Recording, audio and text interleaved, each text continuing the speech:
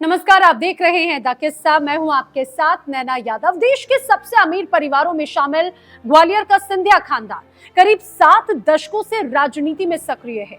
परिवार की 3 पीढ़ियां जनसंघ, बीजेपी, कांग्रेस में रहकर विधायक बनी, सांसद बनी, मुख्यमंत्री तक और इवन केंद्रीय मंत्री तक के पद तक पहुंच चुकी है।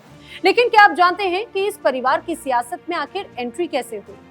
अपनी घर गृहस्थी संभालने से संतुष्ट महारानी विजया राजे सिंधिया चुनावी मैदान में उतरने को आखिर क्यों राजी हो गई, वो भी कांग्रेस के टिकट पर, जिसे उनके पति बिल्कुल पसंद नहीं करते थे। सियासत में सिंधिया परिवार के कदम पड़े 1957 में, लेकिन हम अपने किस्से की शुरुआत 2019 के लोकसभा चुनाव से करेंगे, वो भी सियासत में इस परिवार के सबसे छोटे सदस्य ज्योतिरादित्य सिंधिया के साथ। 2019 के चुनाव में ज्योतिरादित्य सिंधिया कांग्रेस के टिकट पर गुना सीट से लड़ रहे थे। उन्हें बीजेपी के केपी यादव ने हरा दिया था। ये वही केपी यादव थे जो कभी सिंधिया के स्टाफ में शामिल थे और ज्योतिरादित्य सिंधिया के साथ में सेल्फी लेकर खुद को खुशकिस्मत समझते थे। जाहिर सी बात है भाई, सिंधिया इस हार से आहत हुए और हार की टीस इसीलिए भी ज्यादा थी क्योंकि ग्वालियर चंबल क्षेत्र में सिंधिया परिवार के किसी भी सदस्य की ये पहली हार थी। इसके 1 साल पूरे होने से पहले ही उन्होंने कांग्रेस छोड़ी और वो बीजेपी में शामिल हो गए। सिंधिया को लगा कि ये हार उनसे ज्यादा कांग्रेस पार्टी की हार थी, जो काफी हद तक देखा जाए तो सही भी था। इस इलाके के लोग अभी भी सिंधिया महाराज को अपना राजा मानते हैं। उनकी एक अपील से किसी उम्मीदवार की हार और जीत तय हो जाती है, चाहे वो किसी भी पार्टी का हो। चुनावी इतिहास रहा है।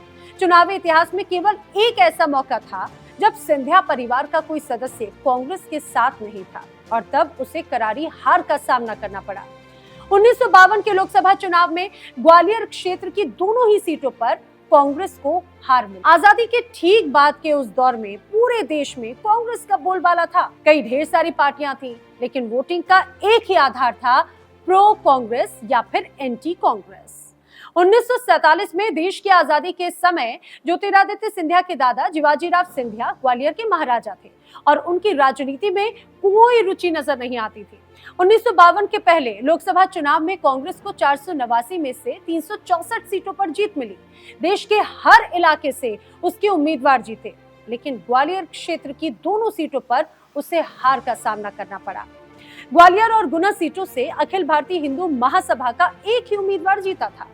महासभा के महासचिव विष्णु घनश्याम देशपांडे दोनों सीटों पर कांग्रेस प्रत्याशी को हराने में सफल रहे।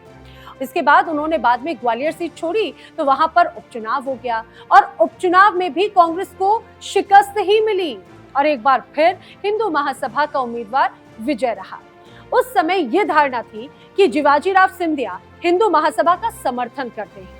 कांग्रेस नेतृत्व, खासकर के प्रधानमंत्री जवाहरलाल नेहरू, सिंधिया परिवार को संदेह की नजरों से देखने लगे। 1 साल के भीतर ही मिली 2 हारों के बाद में कांग्रेस ने अपनी रणनीति बदली और सिंधिया परिवार को अपने पाले में लाने के लिए कोशिश करना शुरू कर दी। नेहरू ने इसके लिए साम दाम दंड भेद सारे तरीके अपनाने का फैसला कर लिया। ग्वालियर क्षेत्र में सिंधिया परिवार की लोकप्रियता का नेहरू को पहले से ही अंदाजा था। 1948 में ग्वालियर वो जा चुके थे और तब जिवाजीराव सिंधिया के साथ में उनकी एक सभा भी हुई और उस सभा में नेहरू के भाषण से पहले सिंधिया महाराज उनका परिचय देने के लिए उठे। सामने मौजूद भीड़ ने महाराजा की तालियों की गड़गड़ाहट से स्वागत किया।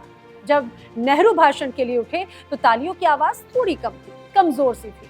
नेहरू को तभी ये खटक गया और उन्होंने अपने भाषण में इसकी चर्चा भी की। उन्होंने जिवाजीराव को उल्हाना भी दी कि ग्वालियर के लोग तो अतीत में जी रहे हैं। इस घटना ने दोनों के ही रिश्तों में दूरी ला दी। हालांकि महाराज ने इसके बाद में हमेशा से सावधानी बरती।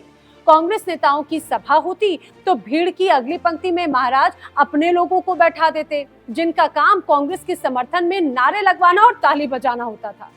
इस घटना के बाद नेहरू सिंधिया के महल भी गए, लेकिन रिश्तों में खटास तब भी बरकरार थी और उस मीटिंग में यदि नेहरू के लिए तालियां बजी होती तो शायद सिंधिया परिवार को राजनीति में आने के लिए मजबूर नहीं होना होता।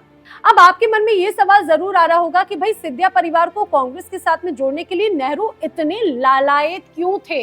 दरअसल उन दिनों ग्वालियर चंबल क्षेत्र में 8 लोकसभा सीटें थी, जिनमें सिंधिया परिवार का खासा प्रभाव था और इसी के अंतर्गत विधानसभा की करीब 60 सीटें हुआ करती थी।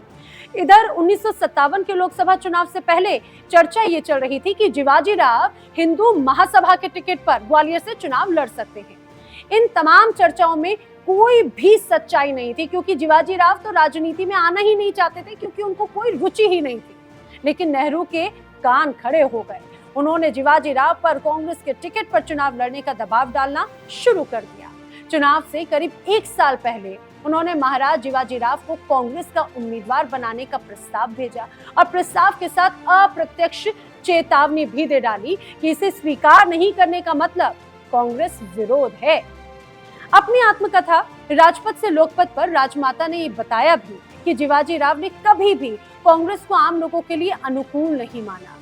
कांग्रेस के खिलाफ खड़ी होने वाली पार्टी के प्रति उनका स्पष्ट लगाव साफ तौर से नजर आता था। बताया जाता है कि जब ये प्रस्ताव ग्वालियर महल में पहुंचा तब जिवाजी राव वहां पर मौजूद नहीं थे। राजमाता ने उनसे ट्रंक कॉल पर संपर्क करने की कोशिश की और वो 24 घंटों तक लगातार कोशिश करती रही, लेकिन जिवाजी राव से कोई संपर्क नहीं हो पाया।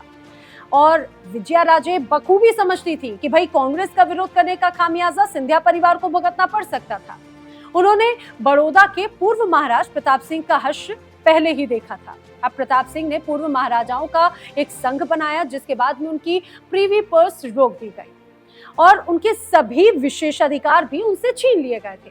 अब इन आकांक्षाओं के बीच विजयाराजे ने नेहरू से मिलने का समय मांग लिया। तत्कालीन राष्ट्रपति राजेंद्र प्रसाद के सैन्य सचिव यदुनाथ सिंह के जरिए उन्होंने नेहरू और इंदिरा गांधी से बाकायदा अपॉइंटमेंट भी तय किया और मीटिंग में उन्होंने नेहरू से यह भी कहा कि पंडित जी, आपको कुछ गलतफहमी हो गई है। मैं स्पष्ट बताना चाहती हूँ कि ना तो मेरे पति और मुझे राजनीति में कोई दिलचस्पी है। महाराज कभी भी कांग्रेस का विरोध नहीं करेंगे। नेहरू ने इसके जवाब में कहा कि भले ही आपके पति कांग्रेस विरोधी नहीं है, लेकिन इसका यह मतलब बिल्कुल नहीं है कि वो कांग्रेस के साथ हैं। आप इंदिरा के साथ गोविंद वल्लभ पंत, लाल बहादुर शास्त्री के पास जाएं और उन्हें सब कुछ बताएं। पंत और शास्त्री ने उनकी बात बाकायदा सुनी और जिवाजी राव को कांग्रेस के टिकट पर चुनाव लड़ने का ऑफर दे दिया। अब विजयाराजे ने उन्हें यह भी बताया कि उनके पति किसी हाल में चुनाव नहीं लड़ेंगे, क्योंकि राजनीति में तो उनकी रत्ती भर भी रुचि नहीं। तब दोनों नेताओं ने विजयाराजे को ही चुनाव लड़ने के लिए कह दिया।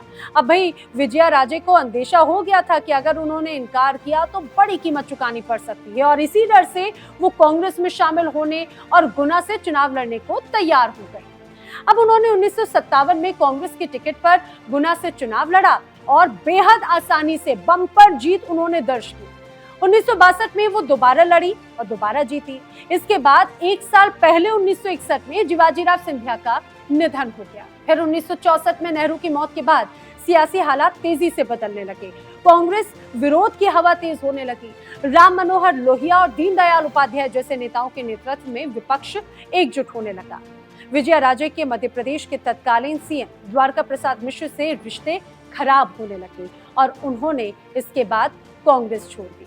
देखिए, राजनीति अपने आप में बेहद दिलचस्प है। तब से अभी तक सिंधिया परिवार का राजनीति से नाता तो है, लेकिन काफी कुछ तस्वीर बदल चुकी है। ये किस्सा आपको कैसा लगा, हमें कमेंट सेक्शन में जरूर बताएं। वीडियो को लाइक करें, शेयर करें और चैनल को सब्सक्राइब करें। नमस्कार।